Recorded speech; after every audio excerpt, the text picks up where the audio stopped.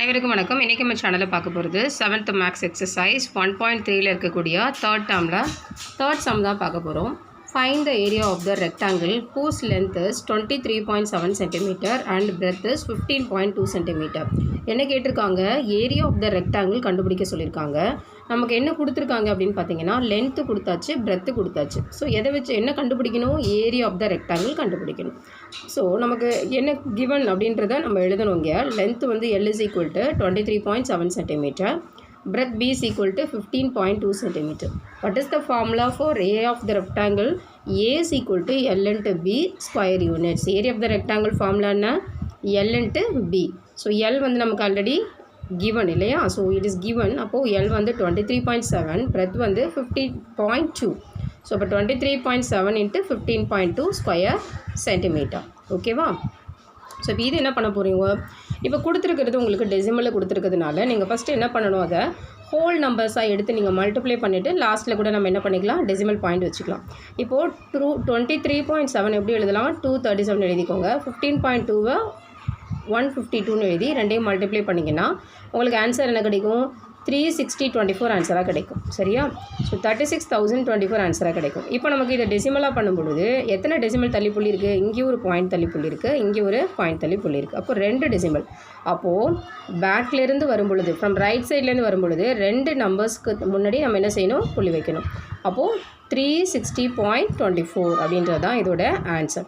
So area of rectangle வந்து என்ன நம்ம கண்டுபிடிச்சிருக்கோம்? 360.24 ஸ்கொயர் சென்டிமீட்டர். ஓகேவா? ஸோ அதை வந்துட்டு நீங்கள் ஸ்கொயர் சென்டிமீட்டர் எழுதலாம், ஆர் சென்டிமீட்டர் ஸ்கொயர்னு எழுதலாம். ஸோ இதுதான் உங்களோட தேர்ட் சம். ஓகேவா? இது புரியுதா? ஸோ எல் கொடுத்துட்டாங்க, பி கொடுத்துட்டாங்க, ஃபார்முலாவை டைரெக்டாக போட்டு நீங்கள் மல்டிப்ளை பண்ணி ஆன்சர் போட வேண்டியதான். டெசிமலில் இருக்கிறதுனால எத்தனை பாயிண்ட்டுக்கு முன்னாடி புள்ளி வைக்கணும் அப்படின்றது உங்களுக்கு கன்ஃபியூஸ்டாக இருந்ததுன்னா முதல் நீங்கள் மல்டிப்ளை பண்ணிவிட்டு அதுக்கப்புறம் நீங்கள் என்ன பண்ணலாம், இங்கே ஒரு டெசிமல் தள்ளி புள்ளி இருக்குது, இங்கே ஒரு டெசிமல் தள்ளி புள்ளி இருக்குது. ஸோ 2 டெசிமல் தள்ளி. ஸோ இப்போ 2 டெசிமல் எடுத்துகிட்டு அதுக்கு முன்னாடி, அதாவது ஃப்ரம் ரைட் சைட்லேருந்து 2 டெசிமல் தள்ளி புள்ளி வச்சுக்கணும். ஓகேவா? So area of the rectangle நம்ம கண்டுபிடிச்சாச்சு. நெக்ஸ்ட் சம் போகலாமா? ஃபோர்த் சம் பாருங்கள். என்ன கொடுத்துருக்காங்க? மல்டிப்ளை த ஃபாலோவிங் கொடுத்துருக்காங்க. ஒன்றும் இல்லை, சிம்பிளாக பெருக்கிறீங்க இல்லையா, அவ்வளோதான். ஆனால் அது டெசிமல் பாயிண்ட்டில் கொடுத்துருக்காங்க, அவ்வளோதான். ஸோ ஃபஸ்ட்டு பாருங்கள், 2.57 × 10 அப்படின்னு கொடுத்துருக்காங்க.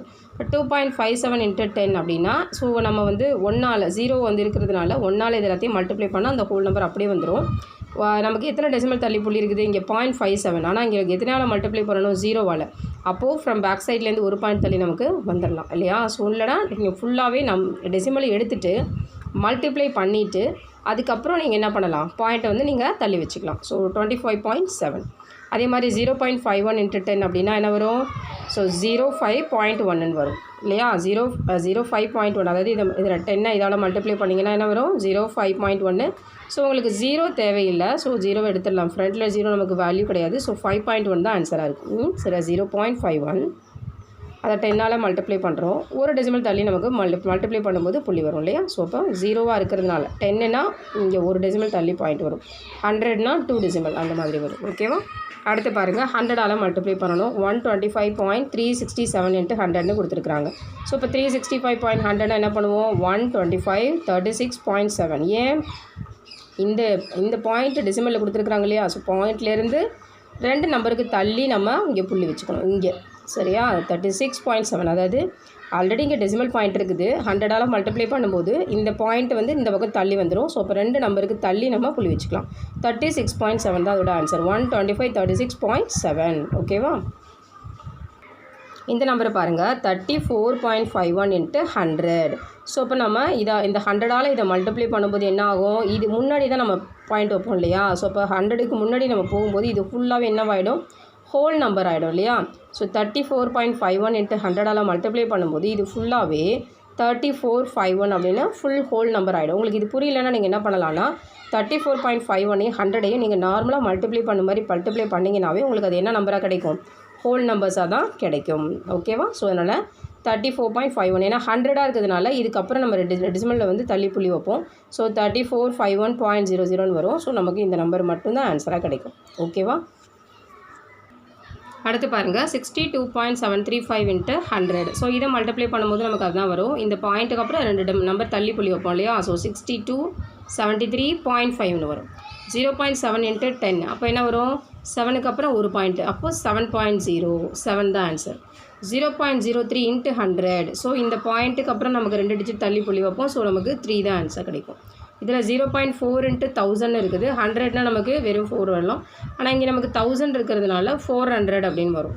இதோட மல்டிப்ளை பண்ணும்போது. ஓகேவா? அடுத்து பாருங்கள், 5th sum. A wheel of a baby cycle covers 49.7 cm in one rotation. Find the distance covered in 10 rotations கேட்குறாங்க. So distance covered in 1 rotation எவ்வளோ கொடுத்துருக்காங்க? 49.7. Therefore distance covered in 10 rotation என்ன பண்ணுவோம்? 49.7 into 10. ஸோ ஒரு 10ஆல் இதை multiply பண்ணுவோம். 10ஆல் multiply பண்ணும்போது என்ன கிடைக்கும்? அப்படியே இது என்ன கிடைக்கும்? 4 நம்ம ஹோல் நம்பர்ஸ் அப்படியே வந்துருமா? So 497 cm. ஏன்னா பாயிண்ட்டுக்கு அப்புறம் இது போயிடும். ஸோ 10ஆல் மல்டிப்ளை பண்ணும்போது இந்த டெசிமல் பாயிண்ட் போயிடும். ஸோ ஹோல் நம்பராக வரும்.